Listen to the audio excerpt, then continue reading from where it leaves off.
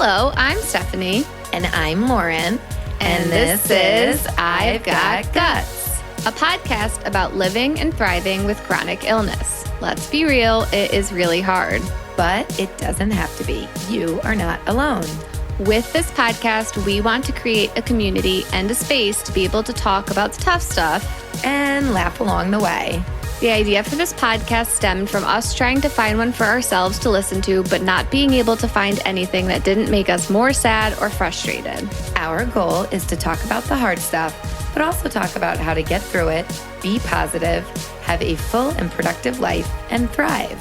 But before we get started, just so we are clear, we are not medical professionals. We are just here sharing our personal experiences. All right, here we go. Welcome to another episode.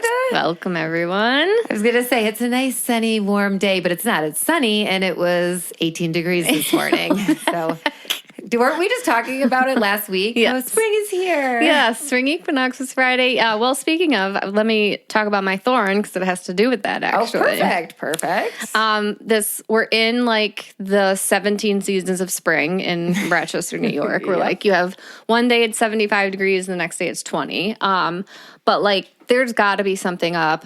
And I've heard people mention it, and they say this every year, but like the pollen's getting worse. I feel like every year it's worse and worse and worse. My allergies are insane. Oh, no. And because of my IVF, they have me taking Claritin.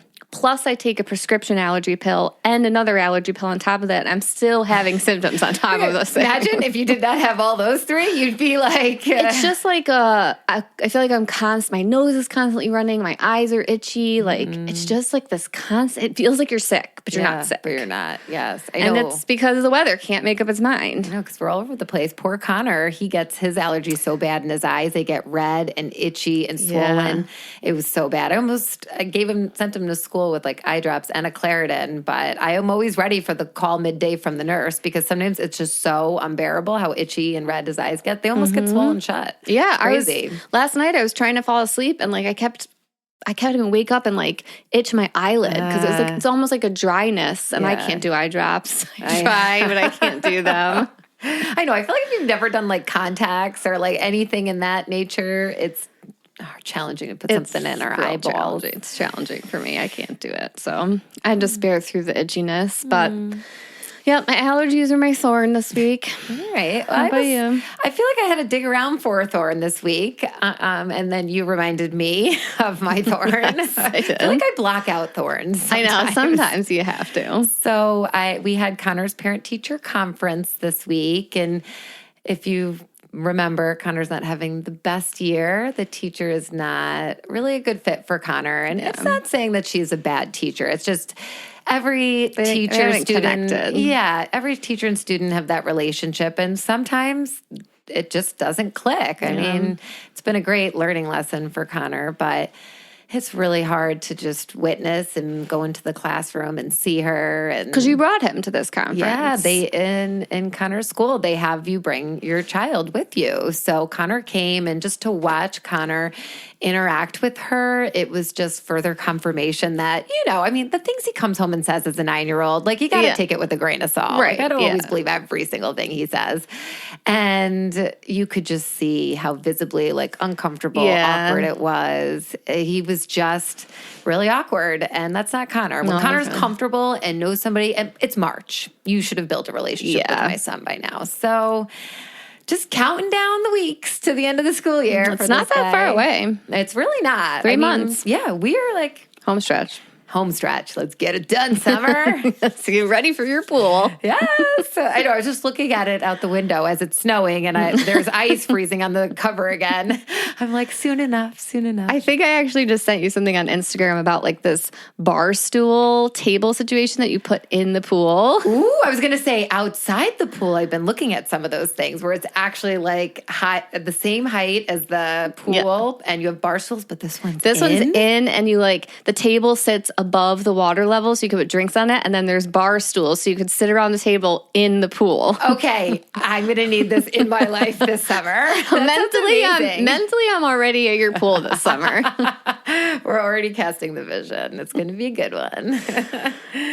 All right. Roses, room? So in a minute, I'm going to give you guys an IVF update, but my rose has to do right now with, I have so much positivity surrounding me. Like I literally feel embraced and loved. Like I can feel all of the prayers and hopefulness and love surrounding me. And like, I have never been mentally in such a good headspace. And this is all really what our episode is about today. And we'll get more into that. But I feel so at peace, and it is an incredible feeling. It's glorious with a side of juice, with a side of juice, and life changing. You did just have some life changing juice downstairs when I got here. I love today. my juicer, man. I'm telling you. Yeah, I don't know. I just feel so surrounded by positivity. It's really nice when everyone around you has that same vibe as you. Yes. And it just goes to show that when you're in that state, you're like radiating it. Like honestly, you're just glowing. I know. And you have no makeup on. I've got no makeup on. Well, I'm so happy for you, Rome. It's the best feeling when you're really is. in that spot. And perfect spot to grow a baby. That's right. How about your rose? All right. My rose was I had a wonderful appointment with my primary care doctor this week. Don't hear that very often, so I love hearing a good doctor story. I just love her. She's just her vibe and her energy is so calming. She just listens and really listens. Like I was with her for 45 minutes. That's rare. Right. And I'm thinking, gosh, does she have somebody after me? Right. We've been here together. But she went through just everything, reviewed all of the tests that I had, the CAT scans, the ultrasounds, looked at my blood work, how I'm feeling. And I'm still not feeling 100%. We got to give it one more month before I get another round of blood work to just see where my iron levels are and where all the other levels are. But when she took a closer look, she noticed my vitamin D, even though I'm taking a supplement, was still really low with the supplement. So this is actually kind of a funny story. So she gave me a prescription strength vitamin D tablet. So you're supposed to take one per week. It's like 50,000 milligrams or in one God. pill. And then folic acid was something else. So she's like, let's do prescription strength that. And I go see a vascular doctor and actually have an ultrasound on Monday for that celiac artery. So we just kind of went through everything. She looked at the notes from my gastro. So I left there feeling really good. And she's like, it's normal to not be 100% yourself. Your iron was so incredibly low. And everybody's body is different, how you replenish that and it pumps through your whole system. So, she's basically just be positive and just be patient. And sometimes I'm not always the most patient. So anyway, I'm like taking my pills, doing my thing. And I accidentally overdosed on vitamin D. I'm like taking it and I go to shot. I'm like, it says once a week, and I just took it yesterday.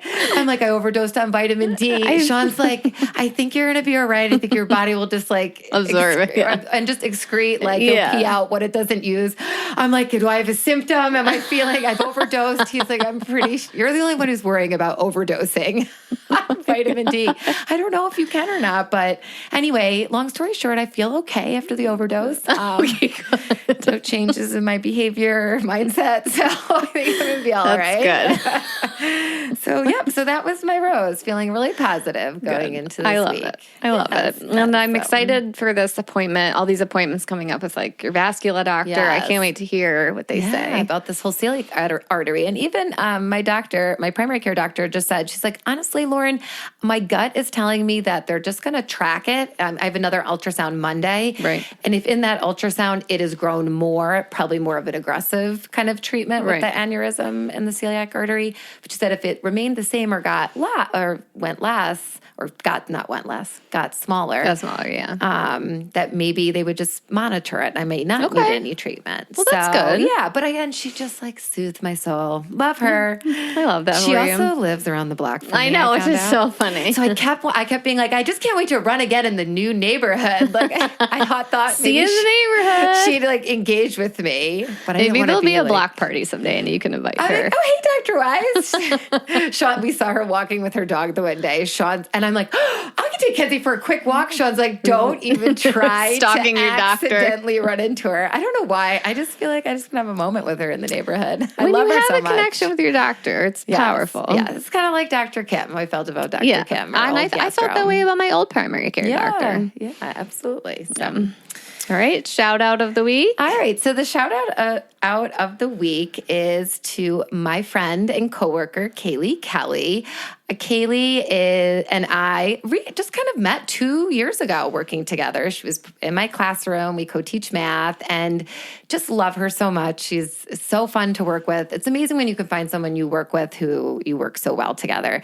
So once she learned that we were doing the podcast, she has been so supportive, not only listening to it, but referring it to people who have, issues or needs with what we're talking about. Yeah. So she sent me a screenshot the other day. It was so sweet that somebody said something about, I have a really, I have a fascination with swallowing diseases. She's like, boy, do I have the podcast for you. I was like, Kaylee, I love you. You're the best. And I really appreciate your support always outside of the classroom and in. So thank you. Yes. Thank you so much. I just met her for the first time at our book club. Yes. She came to our book club and we did the Let Them theory. Yep. Yeah, so we all kind of bonded together, which was great. We appreciate you, Kaylee. Yes. All right, Rome, you're kicking us off. Everybody is like on the edge of their seats wanting to know this IVF update. I literally had like 5 people text me this weekend. Yes, so as we give us an update. As we record today, it is March 23rd.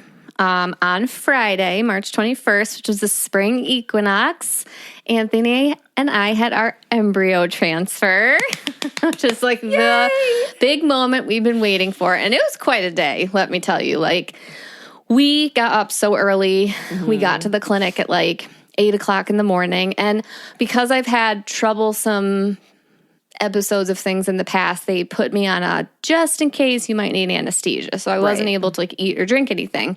But typically you need a full bladder for a transfer. So we get there and they put me in an IV drip and they're like, we're going to wait for this IV drip to fill your bladder up. What? I'll be around the next Friday. I have the teeniest, tiniest baby veins ever. You know how long it takes an IV drip? Plus I'm a teacher.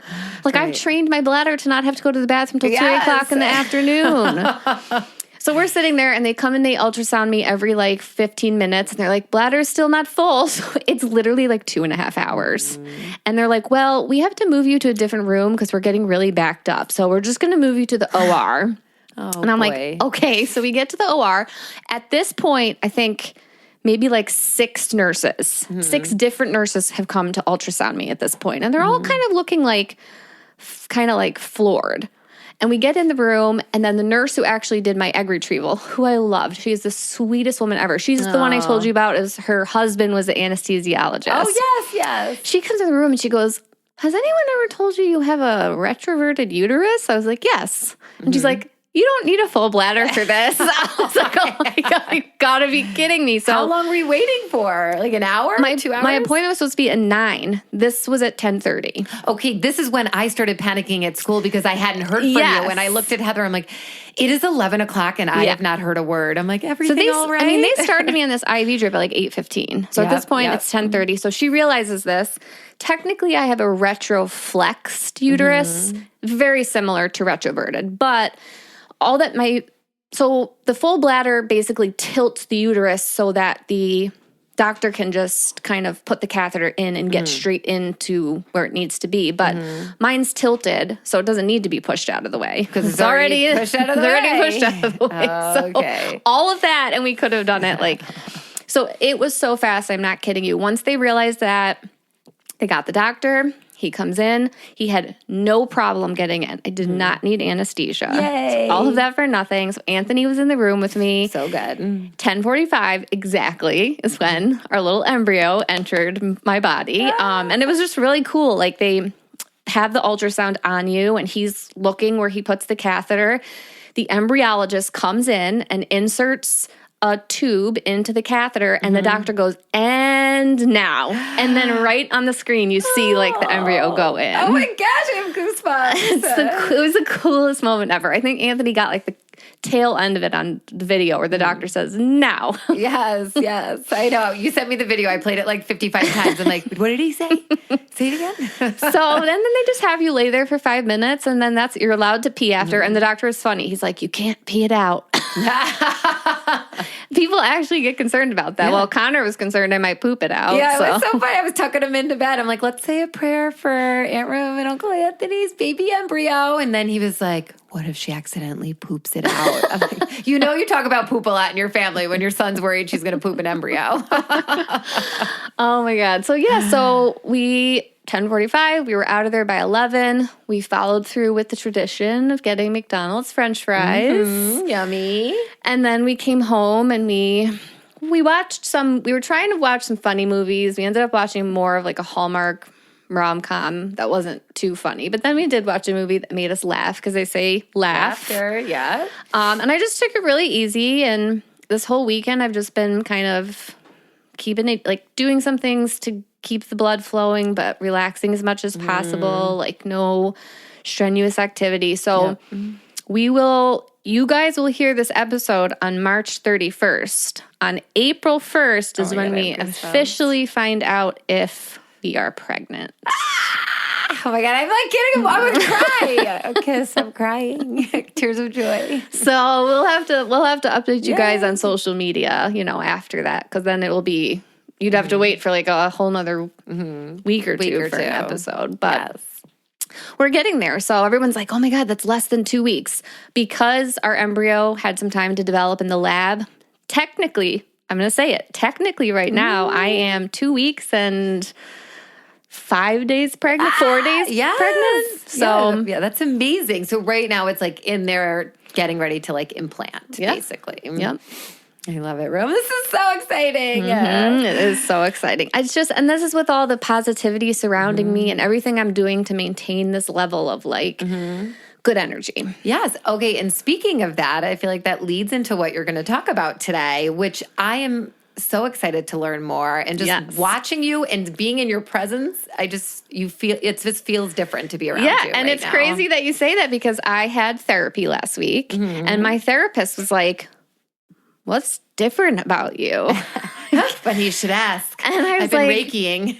And I told her, like, I've been doing Reiki. And she said she was really happy that I found someone who cares for me and is well practiced and matches my energy, because there is such a thing as like bad energy mixing. Yeah. And she would have hated for that to happen. But I was explaining to her that I feel calm but energized. And she told me that in the world of therapy is referred to as relaxed alertness. Ooh, okay. Which is, it describes a state where you're both calm and mentally sharp. And it's often sought after in practices like mindfulness, meditation, or yoga. And it's a state where your body is relaxed, but your mind is awake and clear, allowing for energy without tension. Ooh, I have been trying to get to this place for a long time.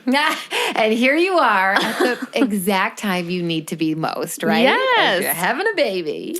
So Reiki is new to me, was new to you. I want to tell everybody a little bit about what Reiki is and what it can do for you. So Reiki is actually a Japanese energy healing practice, and it promotes relaxation, stress reduction, and overall well-being. And it's based on the idea that universal life energy flows through all living things. And when that energy is balanced, it supports physical, emotional, and spiritual health. Makes so much sense. So the way that it works is a Reiki practitioner kind of places their hands lightly on or just above the body to channel healing energy. Mine puts their hands right on me. Okay. Which is kind of cool because you can feel their hands getting warm and tingly and all of that.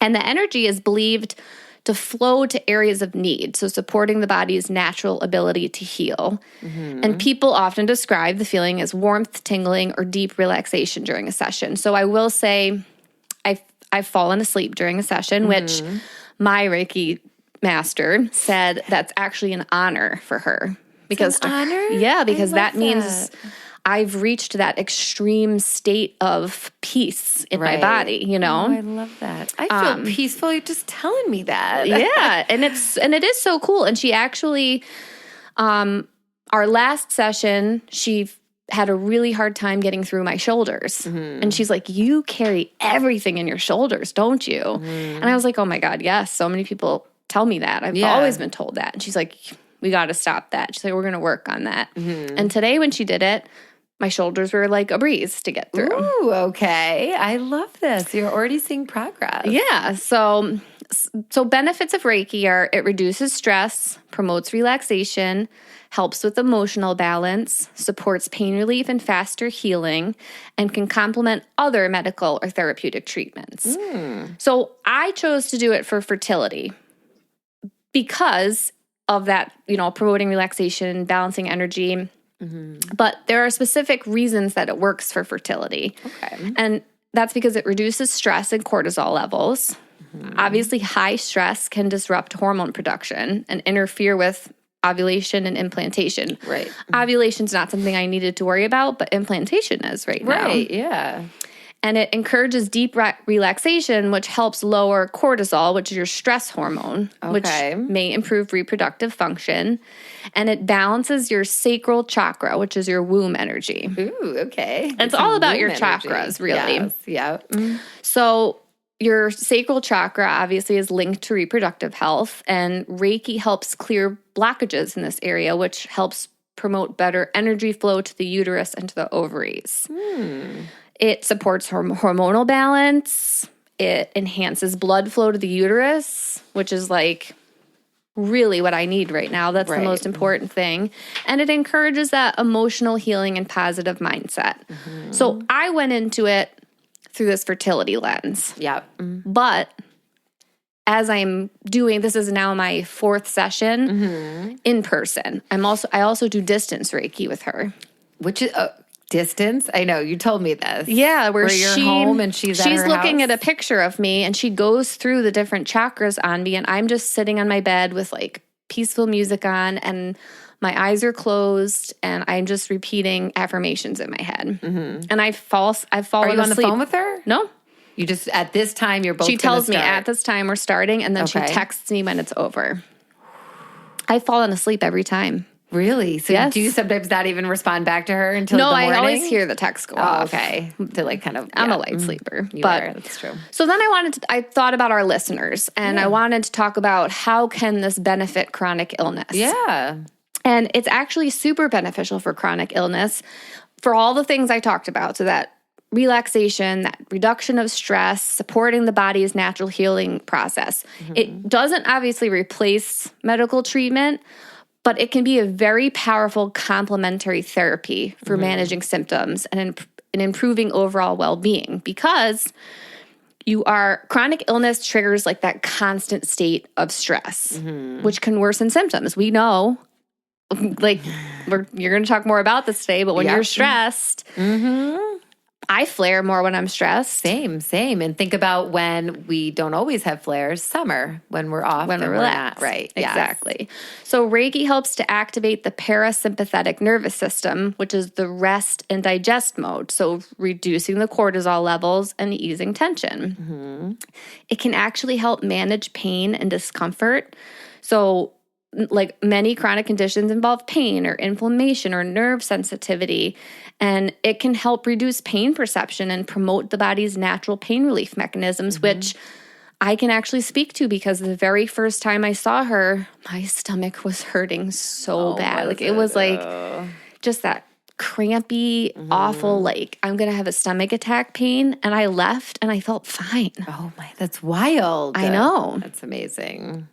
And it can support energy levels and reduce fatigue. So we know chronic illness leaves you feeling drained. Reiki works to balance and restore that energy flow, which may help combat that fatigue and that brain fog, which is a huge part of living with a chronic illness. Yeah.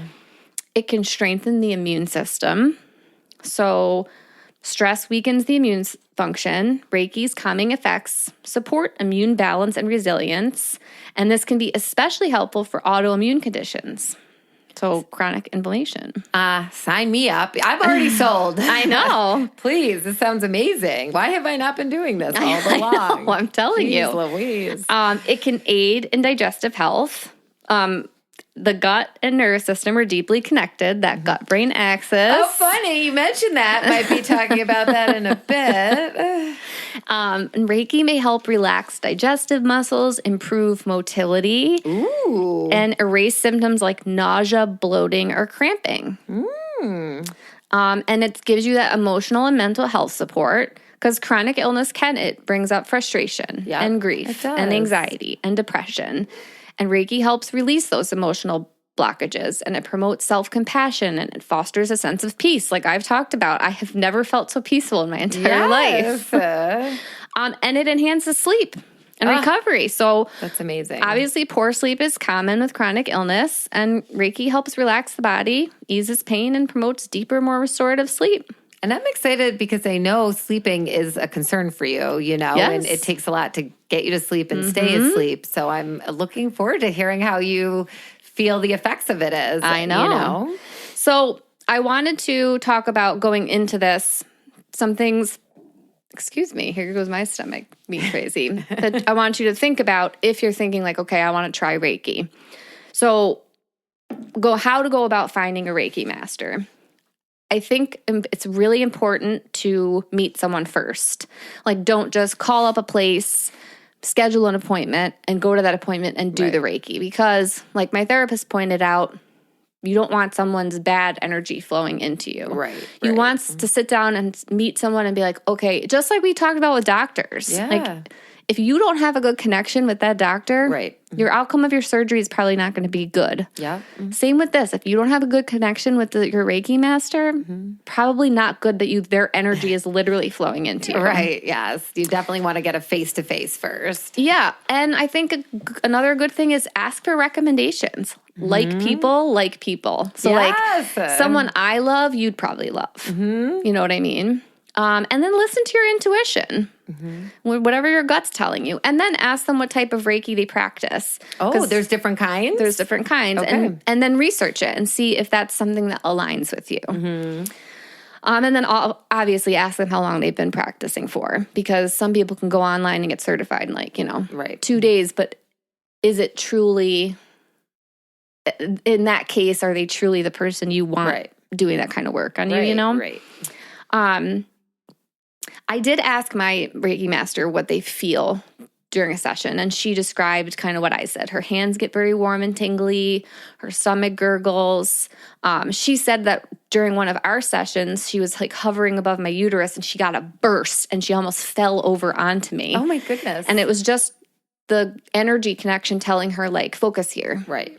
You know what I mean? I asked her how long does it take to become a Reiki master, and she said it's very individualized, and it's truly about each person's spiritual growth and their process. It took her a long time because she got to like there's different levels. She got to a level and she felt like there were gaps in her learning, and she truly felt like she couldn't continue on to the next level until she was able to fill those gaps. So she spent a long period of time researching. And then once she was able to understand the differences and the history, and she's a lot like me. Like, we have to know everything. Then she was able to move on to the next level. So she took it very seriously. But it is a very individualized process. That makes sense. And then just some interesting facts. A Reiki master, they come from a lineage. So it's like a family tree. And then like the knowledge gets passed down to each Reiki master. So my Reiki master comes from the Hoyoda Takota lineage. So hers is Japanese based. And Reiki, as we know it today, did originate in Japan. With the Mikao Usu. I might not be saying that right. I think you did a great job. That sounds good. Thank you. But the concept of energy healing exists in many cultures worldwide. So like in China, there's Qi and Qigong and acupuncture. Which you are also do and love. Yes, and our friend Taryn actually did Qigong. Just so it's a different version of Reiki. And then in India, there's pranic healing and Ayurveda and chakra healing and mantras. And then it goes on. It's rooted in so many different cultures. And that's why I said research what type that person practices and make sure it's something that aligns with you. Yeah, I love it. And I feel like it's the same advice we give with almost everything, you know? You know the answers to the questions that you're looking for. And, I always say what works for one person may not work for everybody. This happens to really be working for me, but I've also been on a journey for the last, I would say, 7 years of really, truly making myself a better person. Yeah. A therapy, acupuncture, and I am open to the spiritual world. Right. And so I was open to this. And it really works for me. I'm telling you, I just came from a Reiki session and I feel like I'm vibrating right now. Yes. You might hear it in my voice. Like I'm almost like I can't slow down. You're I feel like I'm zipping around over here. Yeah, so it might not work for you, but I would, I say I'm the kind of person who's like try something at least once. Yeah, and see how you feel. See how you feel about it. Sometimes you need to do it more than once. When I was trying acupuncture, I gave it like 3 or 4 times until I was like, this isn't a fit for me, you know? And you know what? It could have been the person. Yeah. You might try a different acupuncturist who's maybe a little bit more gentle, and that might work for you. Right. Yeah. Like not stick needles in my hands, and I have a full blown panic attack while I have needles in my hands. Yeah. So we bring this to you because we want to give you strategies for helping make you feel better, but we also are focusing on a bigger topic today, and we felt like Reiki kind of flows a little bit into what we want to talk about. Yes, which I'm so excited, and it really does align. So a couple years ago, I read a book called The Mind-Gut Connection, How the Hidden Conversation Within Our Bodies Impacts Our Mood, Our Choices, and Our Overall Health. And I meant to Google the pronunciation of his last name.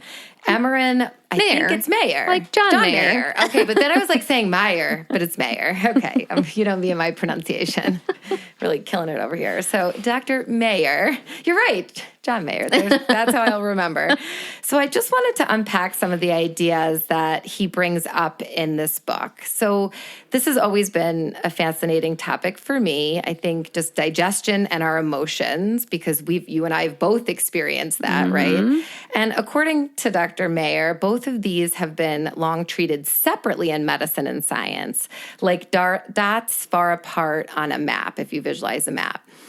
And I mean, I say it all the time. I've got a gut feeling. Yeah. I mean, this is a I've Got Guts podcast. Like, exactly. We're talking about it. And that gut feeling, I know many other people do. If you've ever felt just like queasy in an uncomfortable situation, you know that our bodies sometimes react faster than our minds do, kind of like butterflies in your belly before an important meeting or a first date or something like that. I literally was just having a conversation with someone the other day that those butterflies that you have are showing you that you are on the right path and that you are growing in the moment as you push to do something that is exciting, but may make you feel a little uncomfortable. And I truly believe you should always follow those butterflies.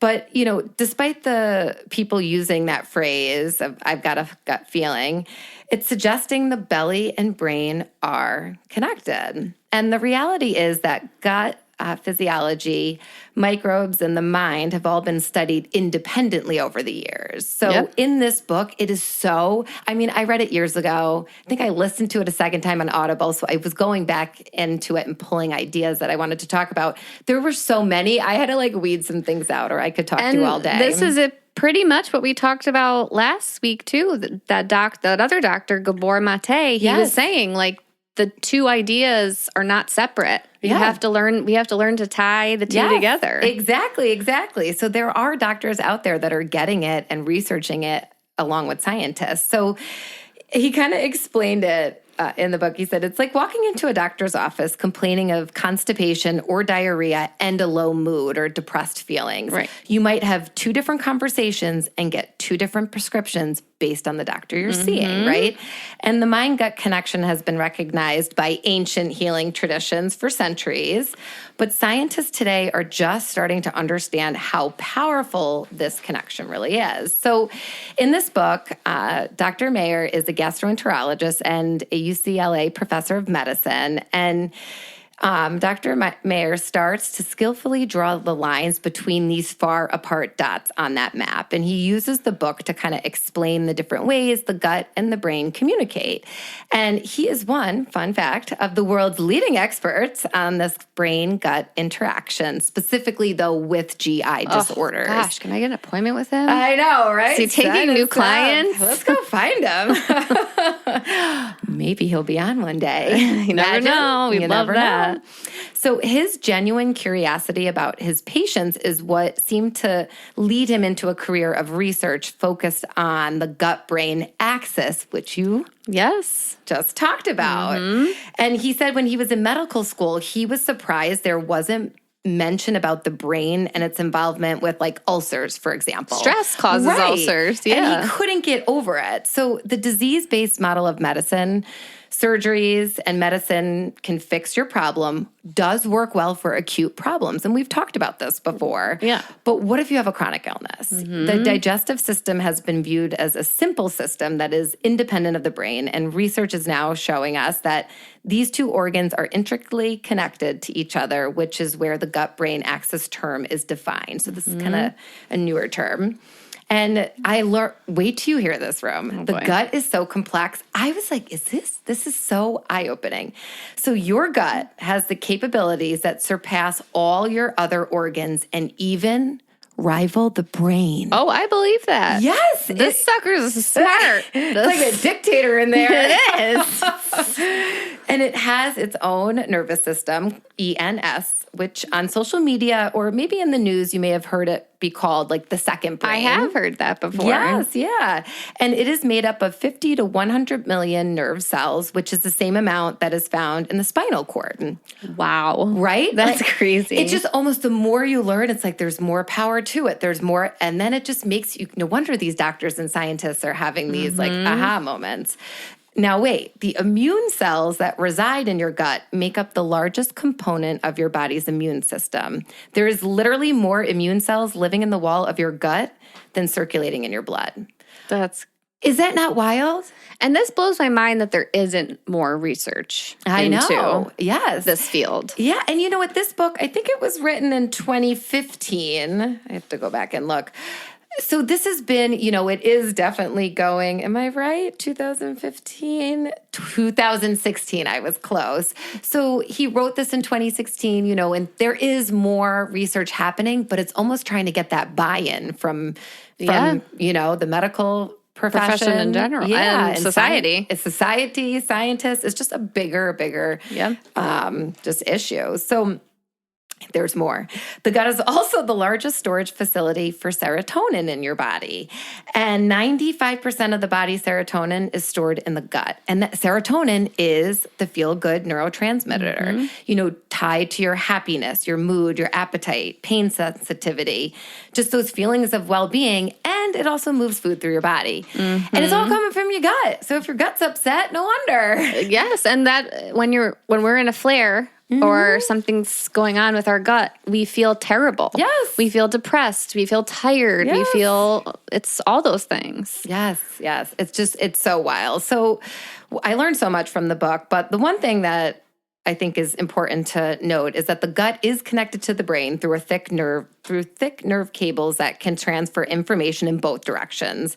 And then there's, of course, the microbiome, a complex community of microorganisms in the digestive tract. So you've got all of these things, working together. And well, think about my condition. Yeah. My nerve that connects from my brain all the way to my toes was damaged, and it caused paralysis of my stomach. Yeah, right. So, I mean, it's clearly tied together. Right. There's just so many things pointing to it. So the microbes in the digestive system can influence emotions and behavior, which suggests that diseases like depression are connected to gut health. And this relationship also works the other way around, with emotions and behavior influencing what happens in the gut. And one example is just when a stressful situation interrupts the digestive process, diverting the body's resources to that, that like fight or flight response. And that reaction is helpful in a life or death situation, but less so in coping with, let's say, work stress. Yes. Right? I feel that so much. Yes. So there are steps that individuals can take to optimize, gut health. And he suggests basic things in the book that we have all heard. And, some of us, like you and I, Room, can't always do some of the things he suggests. But I thought it was good just to kind of highlight some of them. He talked about how you should minimize systematic inflammation by just avoiding sugar, artificial sweeteners, and other additives in highly processed foods. We know we eat a lot of processed foods here in America. Yeah, it's terrible. Other countries, you hear about just how much happier and healthier people are because they rely off of what's natural and in season and right from the earth, right? And that leads into the Mediterranean diet, which calls for large amounts of vegetables and fish. And it's a healthy diet that uses olive oil in lieu of animal fat. And, we've talked about Oliveda products and the olive oil, and it's just all so synergistic right now. I feel like it's all coming together for me. It makes so much sense. I'm telling you, I love olive oil. Yeah, me too, doing shots of it daily. Put a little bit on your vanilla ice cream. You'll thank me later. Also on your strawberries with a little bit of sugar. That's Tried that. good too. It's yummy. So, diets that emphasize plants and minimize animal fats are ideal. And the ingestion of fermented foods and probiotics can, further promote bacterial diversity, which is what you want.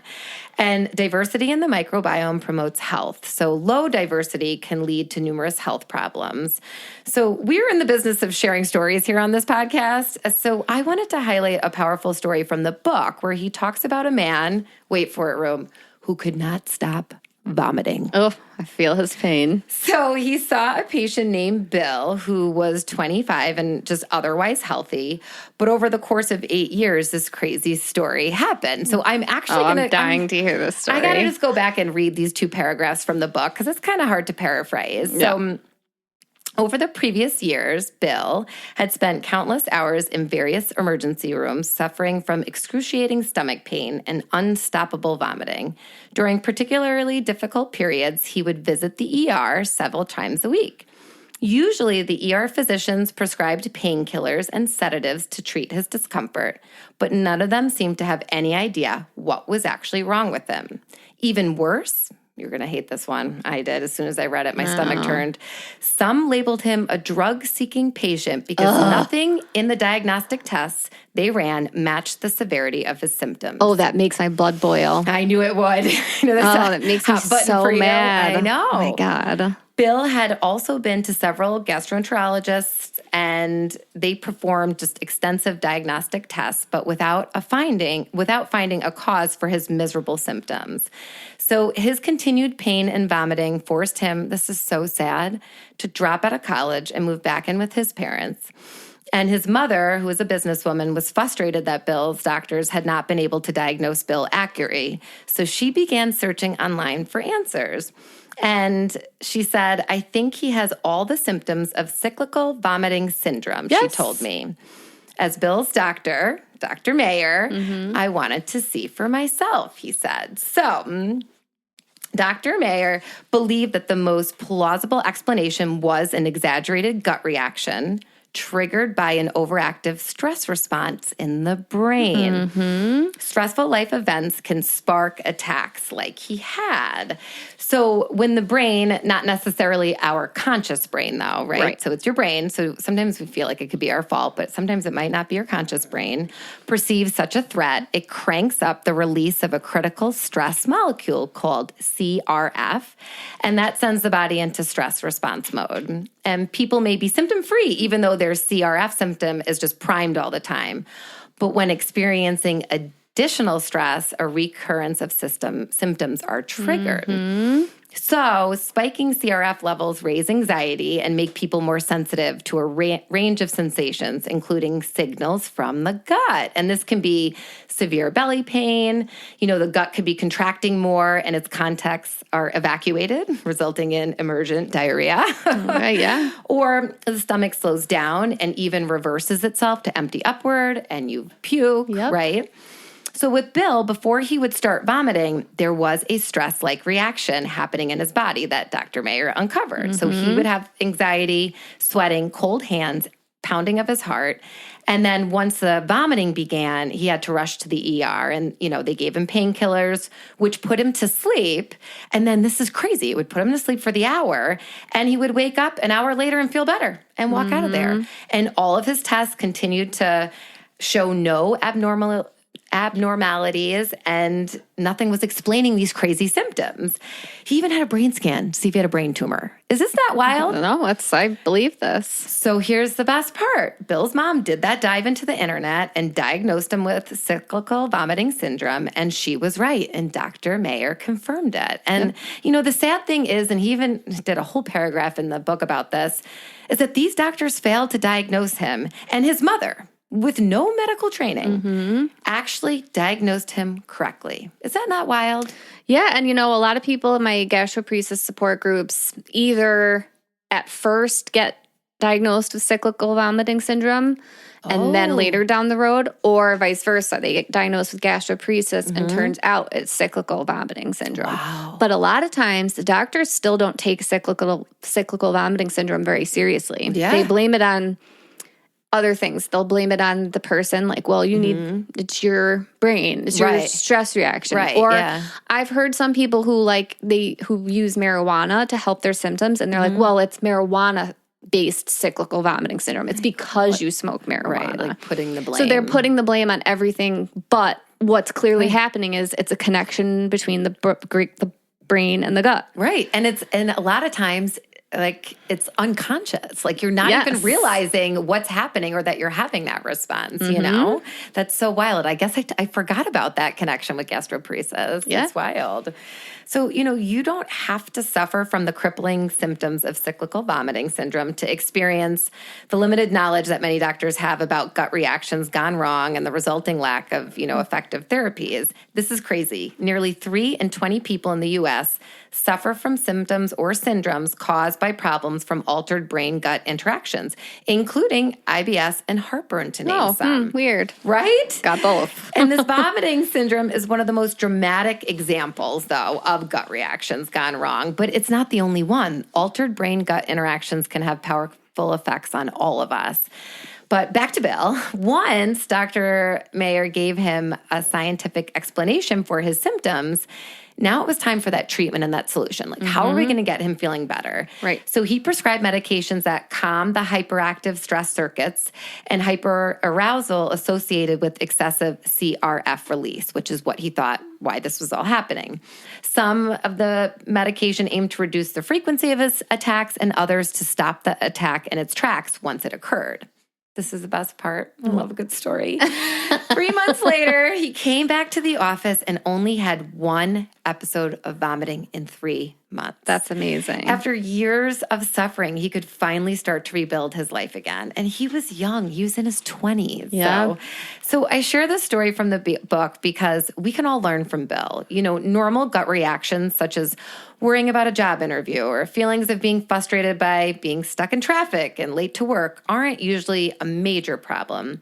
What we need to be mindful of is the detrimental effects of emotions on our gut when they occur chronically in the form of like anger, sorrow, depression, fear.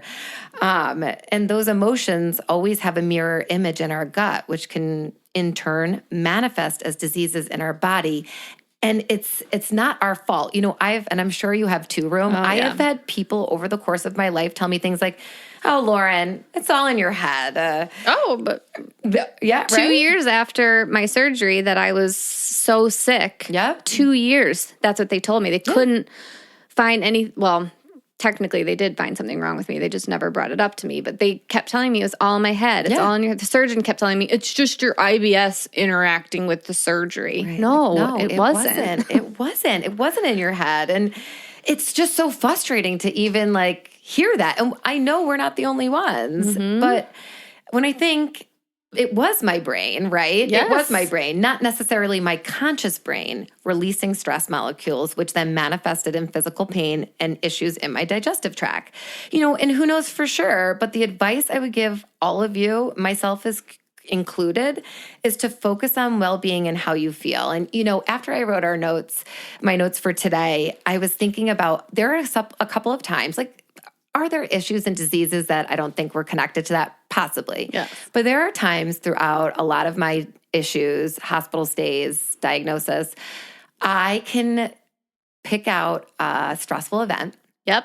That really put me into high stress, anxiety, worry, fear. And then maybe a month later, I landed in the hospital with something that it manifested physically in my body. So not that I want to say it was my fault. It was not. But it's your body's reaction to stress that you had no control over. And I had no control over it. So what can we control? We have to focus on well-being and how you feel. And there is nothing more important than you feeling good. Prioritize your well-being and emotional state. Put yourself first. Serve yourself before you serve others. We were just talking about this room, how much I think we both have grown, you especially in this area of serving yourself first and not putting other people before you. It took me a long time to get to this point. Absolutely. And that's the thing, knowing, I love that you just said that, because it's little shifts like this over time can make a lasting effect on your overall well-being and your gut, And just tying it back to what you shared, Room, about Reiki today, taking care of your energy and how you feel and reduce stress. And you want to be an expert in listening to your gut feelings, listening to your body. And mindfulness-based stress reduction is a great way to get in touch with your gut feelings and reduce negative emotions. And that's what he recommends in the book. And that is exactly why I meditate daily. Actually, this led me to... It triggered in my mind when I took a course a couple of years ago that was actually through school, and it dealt with mindfulness-based stress reduction. And the course was actually given by my good friend, Erica Ebert, who is a yoga master. I took yoga from her for years. I remember that. Yes. And she was like, doing workshops in our school district. She is just absolutely incredible. Just an incredible human with a big heart, but so much knowledge in all of this. And she teaches mindfulness practices for individuals or organizations in service of, aligning to your truth and trusting your wisdom and leading with intention that is guided by purpose and driven by passion. And she's just so powerful. And that, when I read this in the book, I'm like, Lauren, you got to get back to, maybe doing another course like that again, or maybe get back into taking yoga daily again. Or let's get you into some Reiki. Let me get a Reiki master. So, it's powerful things and little things that we can do, be easy with ourselves and do, for us over time. I want to highlight something that you said. Yeah. It's not going to be an overnight change. Yes. Yeah. It's taken me, I've been on this journey for 7 years. Yeah. It takes time. It does. And give yourself grace. Yeah. One little step, one bite-sized piece at a time. So, of course, I'm going to end with a quote today. I love it. Jim Rohn, he's one of my faves. Jim Rohn says, "Take care of your body. It's the only place you have to live in." And isn't that the truth? Isn't that the truth? Ending on that note today. That was great. Well, thank you everyone for listening. We really appreciate any likes, follows, and reviews wherever you listen to your podcasts. And you can find us at I've Got Guts Podcast on Instagram and Facebook. And you can email us at I'veGotGutsPodcast@gmail.com. See you guys later. Bye.